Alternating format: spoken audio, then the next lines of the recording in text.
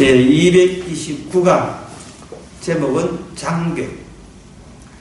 성경에서 장벽이라고 했을 때 대표적인 것이 여호수아 6장에 나온 여리고성이에요.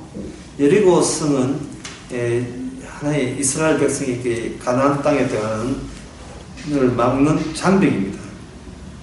우리가 알기에는 여리고성이 무너졌다고 되어 있죠. 그런데 여리고성은 무너진 게 아니에요. 여리고성이 이동한 거죠. 실제로 있는, 고고학적으로 실제로 있는 여리고성은 무너졌지만 그 무너진 여리고성은 어디 안에 들어갔느냐? 이스라엘 백성 마음속에 들어옵니다.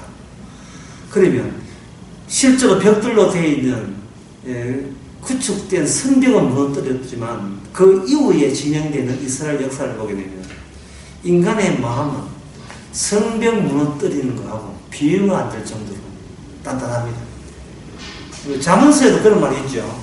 성벽을 무너뜨리는 것보다 더 힘든 게 뭐냐면 인간의 마음을 무너뜨리는 것이 더 힘들다. 여러분 젊을 때 연애 해봤잖아요. 젊을 때 연애 해볼 때 자기가 마음에 드는 상대방에게 밥 사주고 영화 구경 비용 내고 이거는 어렵지 않죠. 선물 사주고 반지 사주고 어렵지 않죠. 약간은 좀 짜증나지만 막 어렵지는 않잖아요. 그런데 그렇게 해주게 되면, 그렇게 선물 주고 챙기고 이벤트 다 해주면 그것으로 상대방 배우자의 마음이 열리던가요? 인간의 마음이 열립니까? 인간의 마음은 타인에 의해서 열린 적이 없습니다. 절대로 인간의 마음은 태어난 그 마음으로 이중 삼중으로 내 마음 내가 지킨다는 기술이 더 발달될 뿐이지 절대로 함부로 외부 사람에게 마음 열어주는 법이 없어요. 보통 사랑했을 때는 그냥 내 마음 다 가져와서 나 문 열렸습니다 라고 하지요. 털어길 가능성이, 속임수일 가능성이 그냥 100%입니다. 왜냐하면 본인도 모르면서 자기 마음을 모르는 상태에서 일단은 이만큼 양보해 줬으니까 마음 열렸다고 생각하는 거예요. 그렇지 않습니다. 인간의 마음은 인간 본인이 조절하고 주장하는 게 아니에요. 1차 문은 열렸죠. 근데 1차 문 열렸다고 확 들어가잖아요. 그러면 거기에서 자동적으로 2차 문이 형성되게 되어 있습니다. 그걸 뭐라고 하냐면 유기체의 자기 방어 기제라고 이야기하는 거예요. 인간은 계별자인데 이 계별자는 뭔가 외부에서 자기한테 위협이 없다 싶으면 자동적으로 여기서 생기는 게 뭐냐 하면은 이 장벽이 생기게 되어 있어요. 펜스가 생기게 되어 있다가 펜스, 장벽. 내가 만들고자 하는 게 이 자동적이에요. 순간적으로 생기는 겁니다.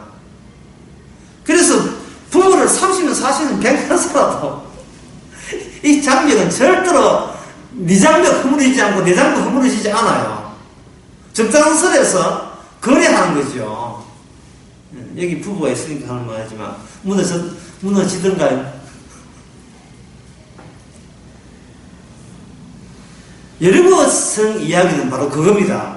실제적인 여리고성이 무너진 것이 너희들 이스라엘의 마음의 무너짐이 아님을 이야기하기 위해서 여리고성이 있는 거예요.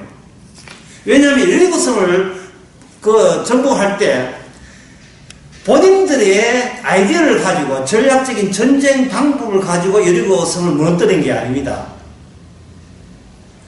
하나하나 지시가 누구한테 주어졌느냐 하면은 하나님으로부터 주어졌고 그 하나님께서 그 제사장에게 뭘 부으라고 했냐면 나팔을 부으라고 했죠. 나팔을 분다는 것은 상대방에게 겁주기 위함도 아니고 나팔을 분다는 것은 어떻게 언나팔은 무슨 뜻이냐 하면 언나팔은 모든 일이 최종적으로 해결이 났을 때 더 이상 처리할 게 없을 때 모든 장날의 장터가 이제 마무리 지었을 때 일본 말로 시바이 됐을 때 그때 다 이뤘다 하는 식으로 부는 것이 뭐냐? 이게 언나팔입니다. 언나팔. 모든 것이 완료됐다는 것이죠. 그러니까 이 이스라엘 백성들은 언약궤를 불고 제사장이 언약궤를 메고 지시할 때는 이 이스라엘 백성들이 해야 될 일은 하나밖에 없어요. 뭘 하느냐 하면 저 여리고 성에 대한 무너짐에 대한 목표에 대한 본인들의 제안, 본인들이 생각했던 구상되어 있던 계획이 있잖아요. 그걸 언약궤와 그 앞에서 그걸 자제를 하고 그걸 포기를 해야 됩니다. 여러분 신앙이라는 포기예요. 포기하는 겁니다. 여리고성 장벽을 여리고 사람들이 세우는 건 맞아요. 그러나 이스라엘 입장에서는 뭐냐면 하나님이 의도해서 마련한 장벽이라고 생각하고 이스라엘 백성이 묻는 거예요. 여리고성 사람한테 묻지도 않아요. 묻지도 않고 이스라엘 백성 사람하고 서로 이야기하는 겁니다. 너희들 생각에는 이 여리고 장벽을 어떤 식으로 하면 되겠느냐 라고 주님이 제시하는 방법을 제시해놓고 이미 있는 상태에서 자꾸 묻는 거예요. 이야기를 쉽게 하겠습니다. 십자가 피로 구원받는다. 이미 성령으로 제시되어 있죠. 그 제시된 것은 그 다음에 십자가로 가는구나 라고 끝나면 안 돼요. 십자가에 피로 구원받는다는 말은 그 다음부터는 이제 우리한테 묻는 거예요. 그걸 정답을 넣고 우리한테 묻는 거예요. 그래, 너의 생각에는 천국이 있다면 천국은 어떤 식으로 가면 되겠지 라고 묻는 겁니다. 그러면 십자가 있는 이상 자기 생각을 이제 어떻게든 십자가를 합류해서 이야기를 해야 되잖아요. 그러면 뭐라고 하겠어요? 십자가 일단 피 믿고 십자가 예수님의 사랑을 깨닫고 그 다음에 착한 행실로 구원받습니다 라고 나오겠지요. 그러면 그 사람은 아직도 십자가 피에 마음이 열리지 않는 사람입니다. 천국은 착한 사람이 가는 것이 아니고 악한 사람이 가는 거예요.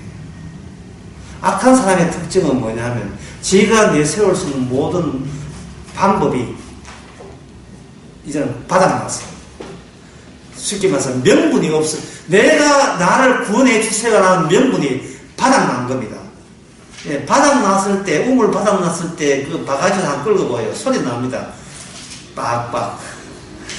내 입장에서 천국 간다는 것은 이건 있을 수 없습니다. 바닥났습니다. 그 세리와 창기와 강도죠. 바닥난 거예요. 그런데 바리새인들은 바닥을 나지 않았어요. 어떻게든 예수님을 포용해가지고 잘했어. 같이 천국 같은 사람으로 가고자 처음에는 그렇게 시도를 했거든요. 랍비어 성생이 막 이렇게 했다 이거죠. 사람들이 대중들이 호응하니까 무시할 수 없어서 그렇게 한 거예요. 그러나 십자가는 그게 아니었어요. 십자가를 믿습니다는 말은 내가 구원받을 이유는 바닥났습니다 하는 것을 새삼스럽게 자기를 비추어받았고 십자가가 있는 겁니다. 그래서 결국은 자랑할 건 뭐밖에 없어요. 오직 십자가만 자랑하게 하는 거예요. 그럴 때 비로소 십자가에 마음 열린 사람이에요. 장벽은 천국 못 가는 장벽, 천국을 방해하는 것은 사탄이 아니라 이미 사탄의 종으로 살고 있는 우리의 마음이, 우리 완고한 마음이 내 구원을 내가 방해하고 있는 겁니다. 십자가로 다 이뤘다 했는데 아직도 우리는 속으로 궁지렁궁지렁 딴소리 하고 있어요. 못 믿겠다는 거예요.